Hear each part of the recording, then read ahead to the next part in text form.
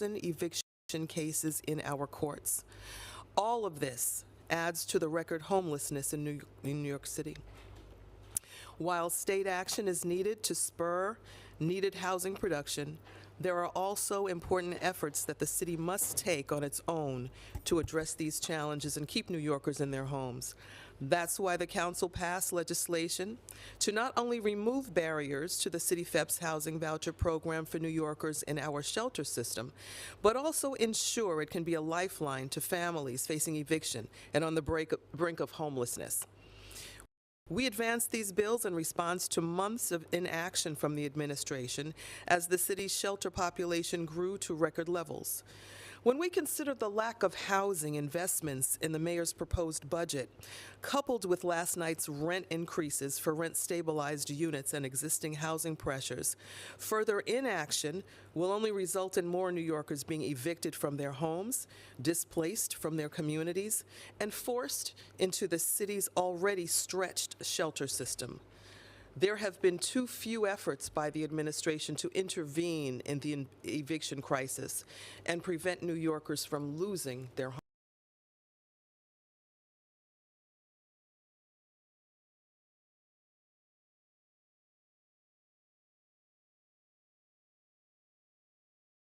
More active efforts and budget investments to locally address our housing crisis. This includes increased funding for legal representation for tenants in eviction cases, affordable and supportive housing, including NYCHA, and ensuring the city's housing agencies are supported to advance approved affordable housing developments. It should also cease opposing the council's City FEP's legislation and sign the bills into law. As we continue to negotiate the city's fiscal year 2020 budget, we remain committed to restoring critical investments in essential services that our families, communities, and city rely on to succeed, but were left out of the mayor's proposed budget. While we understand the future budget challenges ahead, our city cannot undermine itself and worsen them by failing to invest in housing, education, libraries, mental health, and economic opportunity. The next several days will be critical for New York City and the communities we represent. We cannot pursue a path that destabilizes working families. We must choose the responsible, smart approach that makes necessary investments and protects against future risks. For the health, safety, and well-being of our city, the choice is clear. Now let's move on to our stated agenda. First, we'll vote on the following finance items. Introduction 1051B, sponsored by Councilmember Justin Brannan, would authorize the expansion of the screen injury programs to qualified tenants in Battery Park City and select former Mitchell-Lama buildings. 4 preconsidered resolutions setting the interest rates for the non-payment of property taxes. 2 preconsidered resolutions to authorize Article 11 exemptions for 8 buildings in Councilmember Salamanca Jr.'s and Stevens districts. A preconsidered resolution to authorize Article 11 exemption for 1 building in Councilmember Farias' district. A preconsidered resolution to authorize an Article 11 exemption for 1 building in Councilmember Sanchez's district. A preconsidered resolution to authorize Article 11 exemption for 59 buildings in Councilmember Lewis's district. Lastly, we will vote on the following pieces of legislation. Resolution 80, sponsored by Councilmember Justin Brannan, calls on Congress to pass and the President to sign legislation to increase the supply and affordability of housing and to adjust how area median income is calculated. We will also vote on several resolutions from the Committee on Cultural Affairs. Resolution 199, sponsored by Councilmember Crystal Hudson, declares June as Caribbean Heritage Month in our city with the largest, most diverse Caribbean community outside of the Caribbean itself. Resolution 285A, sponsored by Councilmember Charles Barron, calls on the Congress and the President to end the embargo and travel ban on Cuba and remove Cuba from the state sponsors of terrorism list due to the harm it causes to the Cuban people. Resolution 623, sponsored by Cultural Affairs Committee Chair Chiosei, designates May 21st annually as Christopher Biggie Smalls Wallace Day in our city, recognizing his contributions to the cultural landscape of his home borough of Brooklyn, New York City, and the world.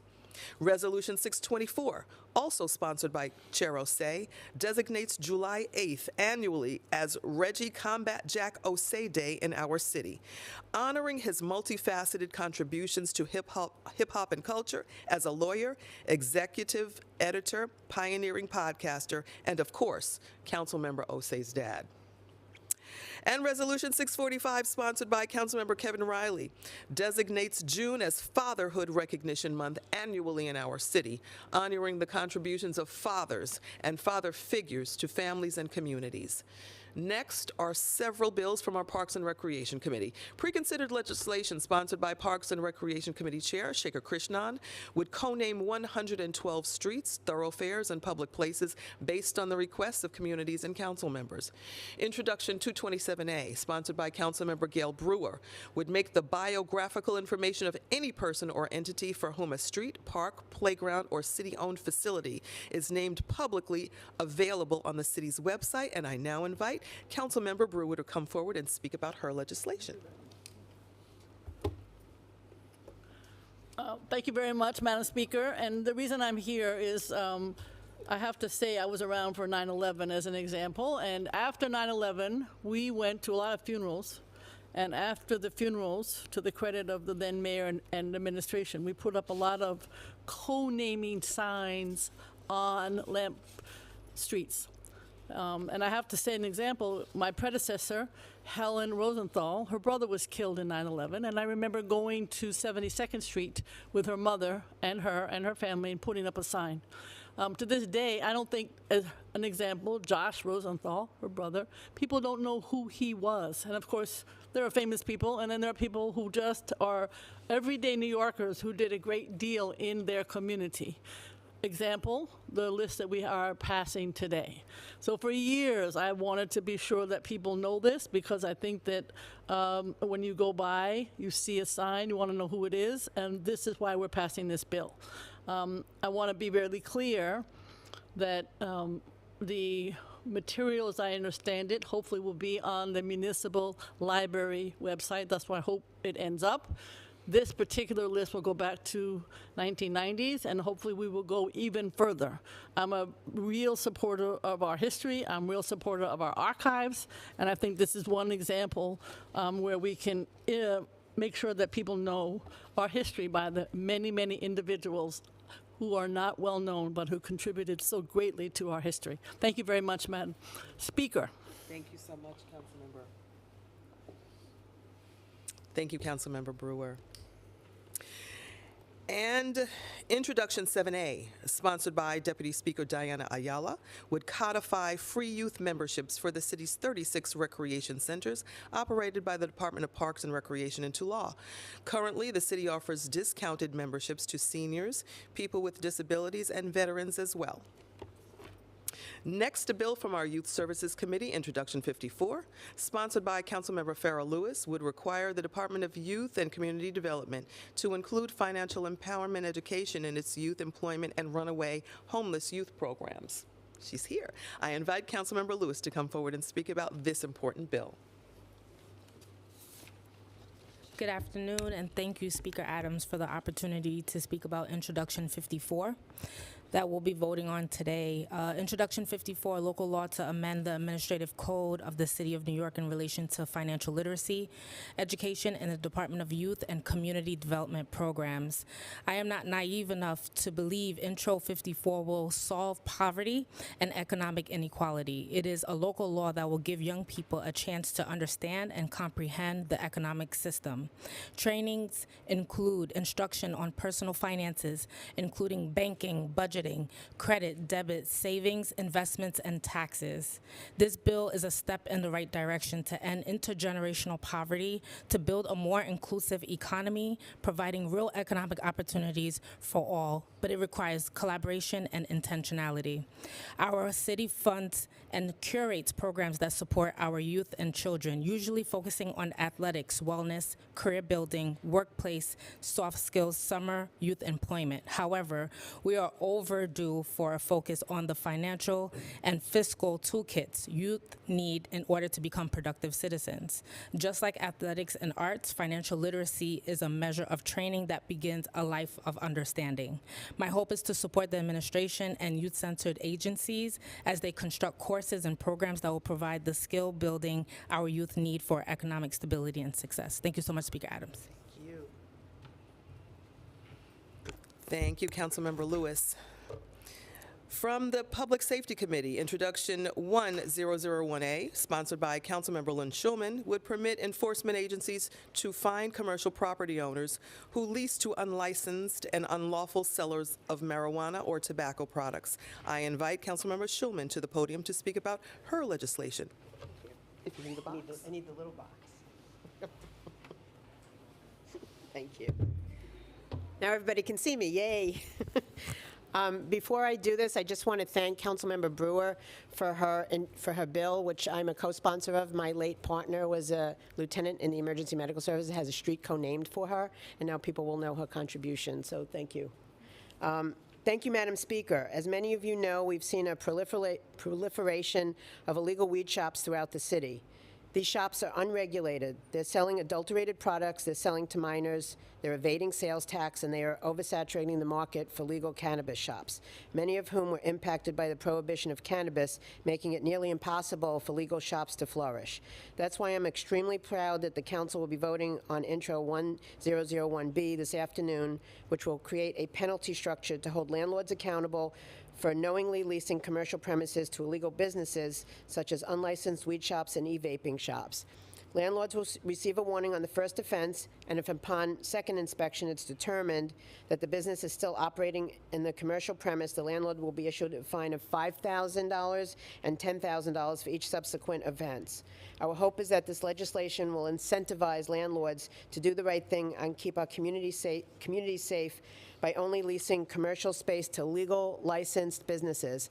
I want to thank the Speaker for her leadership on this issue, as well as the Public Safety Chair, Kamala Hanks, committee staff, advocates, and the many community members who have brought this issue to the fore. Thank you. Thank you.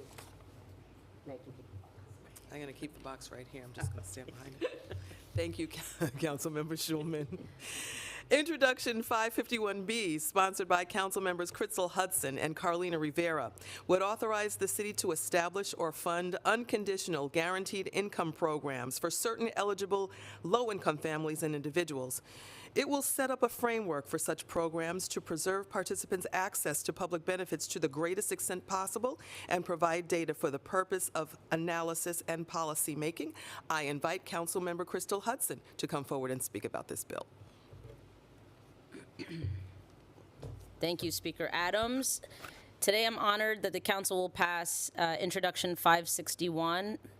Across the country, cities of all sizes, from Los Angeles, San Francisco, and Atlanta to Gary, Indiana, Evanston, Illinois, and Paterson, New Jersey, have adopted direct cash assistance programs as tangible policy solutions to combat poverty, stimulate growth in their local economies, reduce income inequality, and offer their vulnerable constituencies a lifeline that affords them greater economic and social freedom. With the passage of Intro 561, New York is joining these cities, taking a critical step toward offering all New Yorkers direct cash assistance. And with the pilot programs established through this bill, we'll see our communities in need benefit firsthand from direct, unconditional cash payments and reap the citywide effects that programs like these offer our neighborhoods: safety, stability, and dignity. Intro 561 is central to my Black agenda for New York City, and I look forward to continuing the necessary work that will see this pilot program expanded and become permanent. I'd like to especially thank Speaker Adams for her leadership on this bill, as well as the countless advocates for their continued fight to bring direct cash assistance to vulnerable New Yorkers. Thank you. Thank you. Thank you so much. Don't get offended if I move the box. Yes. Okay. Finally, We will vote on some of the legislative proposals that are part of the Council's mental health roadmap, envisioned by our Mental Health Committee Chair, Linda Lee. Councilmember Linda Lee, Majority Leader Keith Powers, Councilmember Botcher, and I released this roadmap with advocates to improve mental health in our city. It focuses on addressing existing challenges in the city's mental health care landscape and strengthening the infrastructure and investments in evidence-based solutions at the community level to improve mental health outcomes for New Yorkers. The roadmap is an evolving pathway to a healthier city, and today we're voting on a portion of its legislative proposals. We look forward to continuing this work in partnership with service providers, advocates, community members, and government stakeholders, and I thank Chair Lee for her leadership in moving this roadmap forward. Resolution 88, sponsored by Councilmember Robert Holden, calls on Congress to pass and the President to sign legislation to fully repeal the Institutions for Mental Diseases exclusion from the Social Security Act that would allow the use of Medicaid funding for mental health and substance use disorder treatment. Resolution 583, sponsored by Councilmember Rita Joseph, calls on New York State to subsidize the education and licensing costs of CUNY students who commit to working in the public sector in the mental health professions, which historically experience high turnover rates and staffing shortages. Resolution 587, sponsored by Majority Leader Keith Powers, calls on the New York State Office of Mental Health to expand enforcement of mental health and substance use disorder insurance parity and apply for federal grants to enforce insurance parity so insurance discrimination is reduced as a barrier to mental health care access. Resolution 588A, also sponsored by Majority Leader Powers, calls on New York State to collaborate closely with New York City to achieve their shared goal of developing 35,000 units of supportive housing. Resolution 589, sponsored by Majority Leader Powers, calls on the federal government to ensure that calls to the 988 Suicide and Crisis Lifeline program are routed based on geolocation rather than area code, so people are routed to appropriate services based on their geographic location rather than simply the area code of their phone. And Resolution 592, sponsored by Councilmember Lynn Schulman, calls on the state and federal governments to expand the availability of mental health professionals for low and moderate income New Yorkers by increasing Medicaid reimbursement rates for behavioral health services. Now on to the introductions from the mental health roadmap we will be voting on. Introduction 706A, sponsored by Councilmember Shauna Abreu, would require the Mayor's Office of Community Mental Health to maintain public, searchable online database of available mental health services in New York City on its website. This would improve access to mental health resources for New Yorkers. I now invite Councilmember Abreu to come forward and speak about his bill. Thank you, Madam Speaker. Thank you, sir. Thank you, Madam Speaker, for your commitment to making mental health care more accessible, equal, and culturally competent. We know what we're up against. The pandemic has not only worsened an unparalleled mental health crisis, it exposed the difficulty of accessing care. While every New Yorker is guaranteed low to no cost mental health care, many aren't able to find the services they require in the first place. Here's the fact of the matter. 1 in 5 New Yorkers experiences a mental illness in a given year, but hundreds of thousands of these New Yorkers are not connected to care providers throughout the city. That's because systemic inequities and institutional barriers have led to yawning gaps in mental health care coverage across neighborhoods. If we are serious about mental health care, we must update and modernize our existing infrastructure of care providers.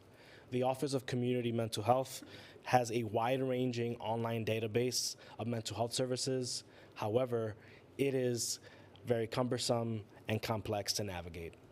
Locating information on mental health service providers, whether it's contacts at specialized clinics, types of resources and language services offered, or technical details about insurance and payment methods, should not be an added burden to those already seeking treatment.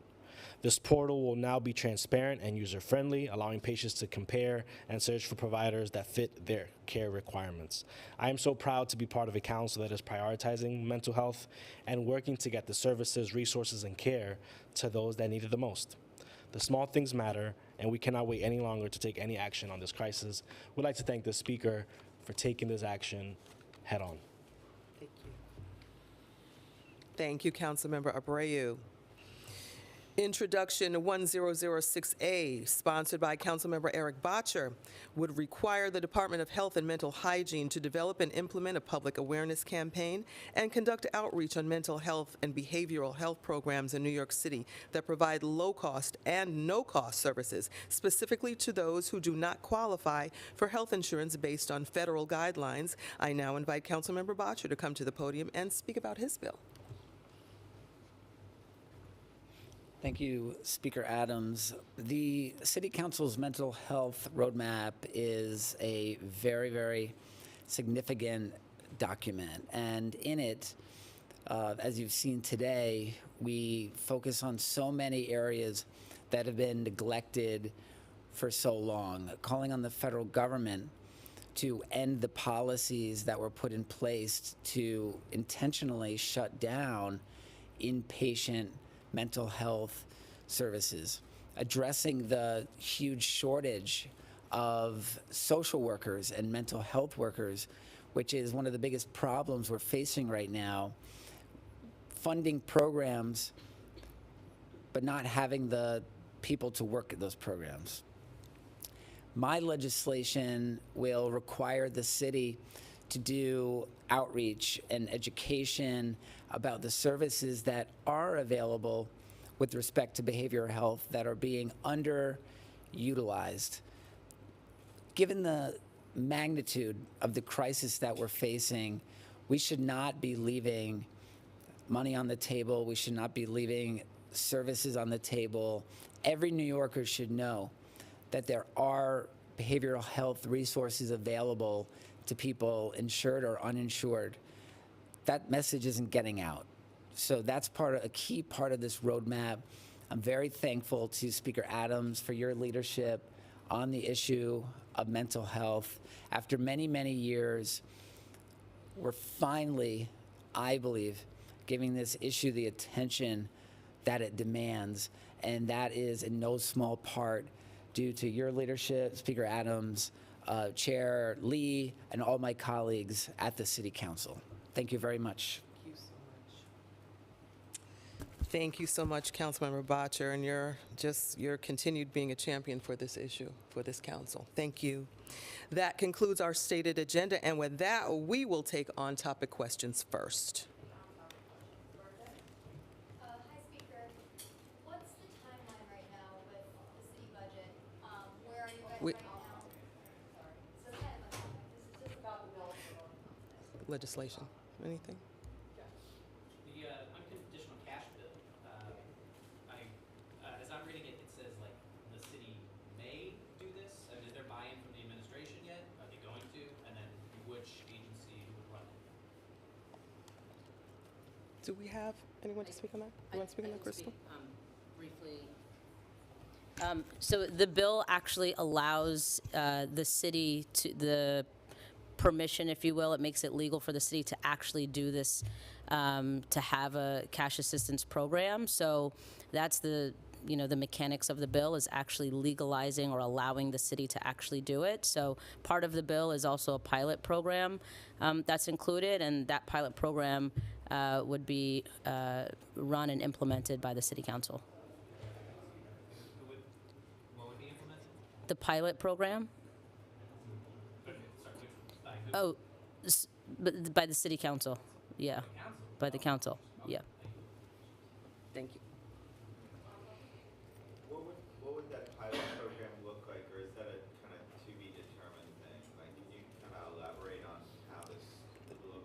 I think it's to be determined. Let's pass the bill first and Exactly. get it over the finish line, and then once we do that, then we'll, I'm sure the speaker will come back and share all the details. Absolutely.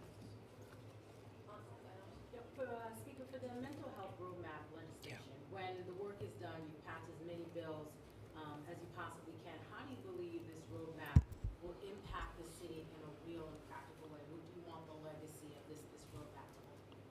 A lot of it has to do with the fact that there aren't nearly as many opportunities for people that need mental health services, the cost as well of mental health services. So in the long run, what we're really looking to is to expand opportunities for people to get the help that they need at low cost and hopefully no cost in a lot of cases. Thank you. May I ask Councilmember Schuman to talk a little bit more about enforcement, how the talks the city council has had with the sheriff's office and how they're going to crack down on landlords who would rent illicit? So when the sheriffs go out, first of all, and they do a raid, there's a letter from the sheriff's office that goes to the landlord that says you are renting to an illegal entity, running an illegal business. So that's a notification. And then we can go and after that, the Department of Buildings. There's also what's called a nuisance abatement program now that the city does have on the books, but it's very hard to enforce. And what we were told by the DA's offices is that this is another tool. So if a landlord can show that they started eviction proceedings, that helps to implement and enforce the nuisance abatement part of the program. Is the expectation that this legislation would help increase the number of raids? What it's going to do is hopefully right now there are 1,600 illegal weed shops approximately throughout the city. So hopefully landlords will get the message, because the fines are steep, that they shouldn't rent to these businesses. Because right now what's happening in most cases, what we found is there have been some investigations by folks that the rent is being paid by these illegal businesses in cash. So once we start fining them, the landlords, then they would start eviction proceedings, and slowly but surely we'll get rid of those illegal weed shops as we ramp up the legal ones. Sorry, Madam Speaker, if I may, I just want to clarify. You want to come back to the mic? Yeah, I just want to clarify really quickly. The city council wouldn't administer the program. We would fund the program, and local organizations would administer the direct cash assistance. Thanks. Makes sense. But we would fund it. Anything else? One more on topic. The Cuba, that's been a hot topic for decades. Why now? Why is it passing today? Why not? Because it's been a hot topic for decades. That's why it's going to pass today. You know, this is something that's been talked about ad nauseum for many, many years. And, you know, we're going to put it forth today. Obviously, Councilmember Barron has been in this fight for a long time. We think about President Obama. It was something that he brought to the forefront as well. So it's high time that we do this, and the council is going to pass this today. It's a great question.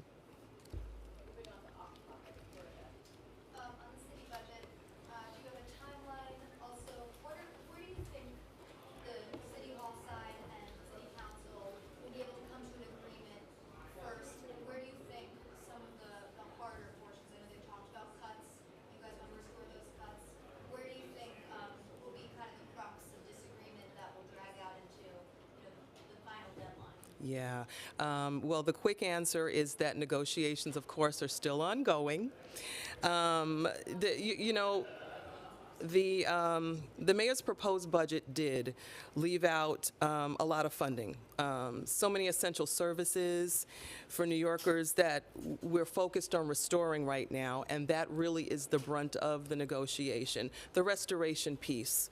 We're facing some daunting budget gaps that are very significant in the next several years, and we do get that, but it undermines the city and our ability to overcome those challenges if we don't fund our libraries, if we don't fund our education, if we don't fund our seniors and their programs, housing and other core services. So those are some of the things that we are really trying to get through right now. And do you think that the mayor's side is prioritizing other things, say, for example, the migrant costs? I mean, it doesn't seem like the feds are going to come through with any significant funding anytime soon. So do you think that that's taking priority over there versus what you just said, libraries, education? Well, you know, let's just say this. The city is we're always going to be in a crisis with one thing or another. In our negotiations, though, everything is on the table, so I wouldn't necessarily say that the migrant situation per se is keeping us or preventing us from going forward with the negotiation. of the total outlook for the whole city. So the answer to that would be yes, the situation is in consideration, but we have a lot more to consider than just that particular situation. I wanted to ask you about a bill that Charles Barron's got on the plate today dealing with Medicare Advantage. You're familiar with this, right? I am. I'm curious, like, how you see this kind of interacting with what the council's kind of stated approach to this has been. Do you feel it undermines it? Do you feel like it's good to have a discussion about it? And you know, and what what if anything do you plan to say about it upstairs during the stated meeting? Well, as far as upstairs goes, the introduction is going to be done by the council member, so that will be that. That introduction will be put on floor today. You know, and as I've said before, we don't want to unilaterally intervene in a process that intersects with collective bargaining. So that's, you know, that's where we stand. The bill is going to be introduced today. It is going to go through the legislative process, and that is where we stand. Do you think it should be introduced today? Do I think it should be introduced today? Well, again, this is a democracy in this council, and we are going through the process as introduction as you know, as it is wanted by this council member. Do you want this? I think I just answered the question. Thank you. On the package of city feds Yes. that's been talked about a lot in Yep. recent weeks, are you getting an indication from the mayor and his team that they're going to veto the package? You know, he signed the emergency rule Yep. change last week regarding just the 90-day rule. So yeah, are you hearing about a veto? What will happen if that takes place? We have not officially heard of a veto. We can only tell you that the optics may indicate that, but we have not been told of a veto. As I see Jeff Colton smiling at that. You know, the 4 bills were passed with a veto-proof majority in the council. It underscores really how important this package is to the council, really to New Yorkers that we're protecting. A veto at this point would amount to political theater. It would delay solutions to homelessness at this point and the eviction crisis that are both worsening as we sit here. So our city certainly can't see or can't afford to see more New Yorkers become homeless and lose their homes and join the already high shelter population, which is growing by the moment. We are prepared to override any veto to confront this crisis, and we believe our members will vote in support of all of the New Yorkers to override this veto. Are you worried about any members defecting? I'm not worried. Will a budget deal be reached before the end of the fiscal year? Oh my gosh, Emily, if I had a crystal ball, I certainly would use it, particularly during these negotiations. These negotiations are tough. They're very different than last year. I really can't say. We are hoping to get this done. You know, we want to get it done sooner than later. That is our goal, but we still got a lot of work to do. How would you categorize or describe the state of negotiations now? Are they intensifying yet, or is it still? They've been intensified. They've been tense since day one. It's a tough budget. So, you know, we've been really working very, very hard. And two, it's an uphill battle, you know, given everything that we're up against, again, and trying to restore things that, in essence, were taken away, you know, from New Yorkers. Services were taken away. Promises of other things, you know, are to be taken away are on the table. The council, we are so committed to protecting those things that that are threatened to be lost to New Yorkers, you know, threatened to be lost to millions of people, and we are adamant about, you know, going through these negotiations with true intent to try to preserve as much as we can. Thank you. You guys got here and started late, so. We did. It wasn't my fault. I was waiting to be called in here.